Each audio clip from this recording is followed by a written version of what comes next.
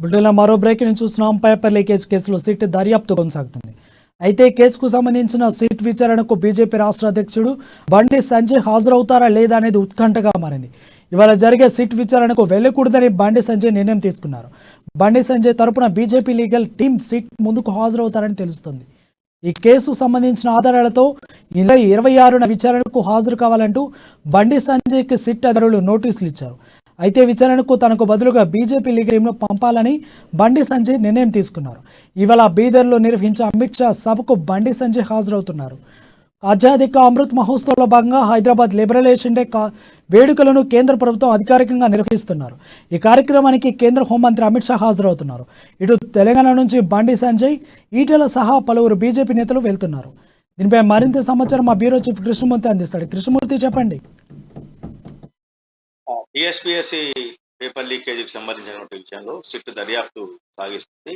Sit Bandi Sanjay గతంలో చేసిన వ్యాఖ్యల మీద తమకు కొంత వివరణ ఇవ్వాలి, కొన్ని అనుమానాలు ఉన్నాయి, వాటిని నివృత్తి చేయాలని చెప్పేసి నోటీసులు జారీ చేసింది. ఈ రోజు బండి సంజయ్ వెళ్లాల్సిన గంటలకు సిట్ కార్యాలయంలో హాజరు కావాలని చెప్పేసి బండి సంజయ్కి సిట్ అధికారులు ఆదేశించారు.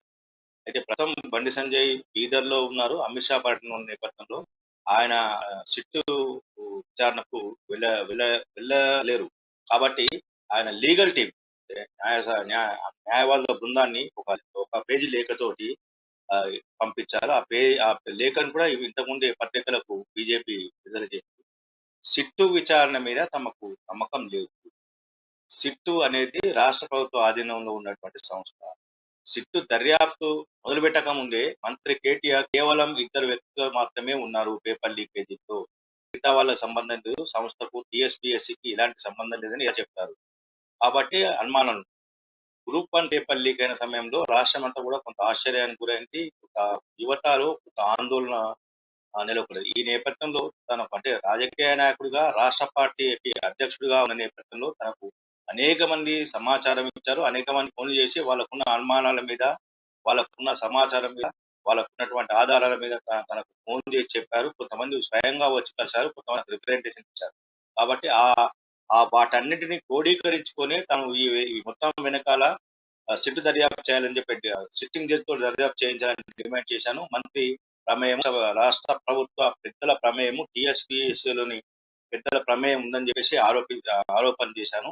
ఈ ఆరోపణలని కట్టుబడి ఉన్నాను. అయితే తన వద్ద ఉన్నటువంటి ఆధారాలు, తనకు కొంతమంది ఇచ్చినటువంటి ఆధారాలను కూడా నేను సిట్టుకు సమర్పించలేను. సిట్టింగ్ జడ్జి తోటి రాష్ట్ర ప్రభుత్వం విచారణకు ఆదేశిస్తే సిట్టింగ్ జడ్జికి విచారణ ముందు తాను హాజరవుతాను, అక్కడ తన దగ్గర ఉన్నటువంటి ఆధారాన్ని ఇస్తా చెప్పారు. అయితే తనకు అంటే దర్యాప్తు సంస్థ రాజకీయ నాయకులను వేధించడానికి, రాజకీయ నాయకులను నోటీసించే ముందు దర్యాప్తులో అంశాలను పరిశీలించి దానికి సంబంధించినట్టు వేగవంతం చేయాలి. అంటే ప్రస్తుతము యువతలు అంటే దాదాపు రాష్ట్రంలోని 30 లక్షల మంది యువకులు టీఎస్పీఎస్సీ వ్యవహారం మీద కొంత ఆందోళన ఉన్నారు, ఆందోళన వ్యక్తం చేస్తాం, ఆందోళన కొనసాగుతున్నారు.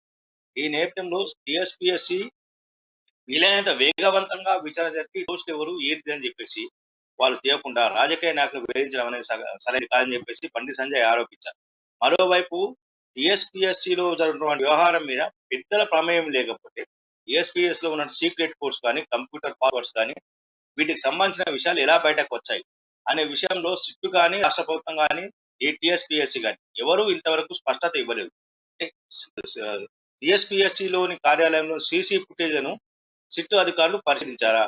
పరిశీలిస్తే టీఎస్పీఎస్సీ సెక్రటరీ, చైర్మన్ వాళ్ళ కార్యాలయాల్లో భద్రంగా ఉండాల్సినటువంటి సీక్రెట్ లాకర్లో ఉండాల్సినటువంటి పాస్వర్డ్స్ ఇవన్నీ కూడా ఎలా బయటకు వచ్చాయి? ఎవరు వాళ్ళ రూమ్ లోకి వెళ్ళారు? వాళ్ళ రూమ్ లోకి వెళ్ళిన వాళ్ళు ఎవరు, ఎప్పుడు వెళ్ళారు అనే విషయాలను ఎందుకు ఇంతవరకు స్పష్టత తీసుకోలేకపోయిందని చెప్పేసి బండి సంజయ్ ఆరోపించారు. టీఎస్పీఎస్సీ వెనుక మొత్తం వ్యవహారం మీద పేపర్ల లీక్ అయ్యాయి. అంటే ఇప్పటి వరకు టీఎస్పీఎస్సీ అధికారులుగా రాష్ట్ర ప్రభుత్వం ప్రకటించిన ప్రకారంగా 6 పేపర్లు అవుట్ అయ్యాయి. దీంట్లో 6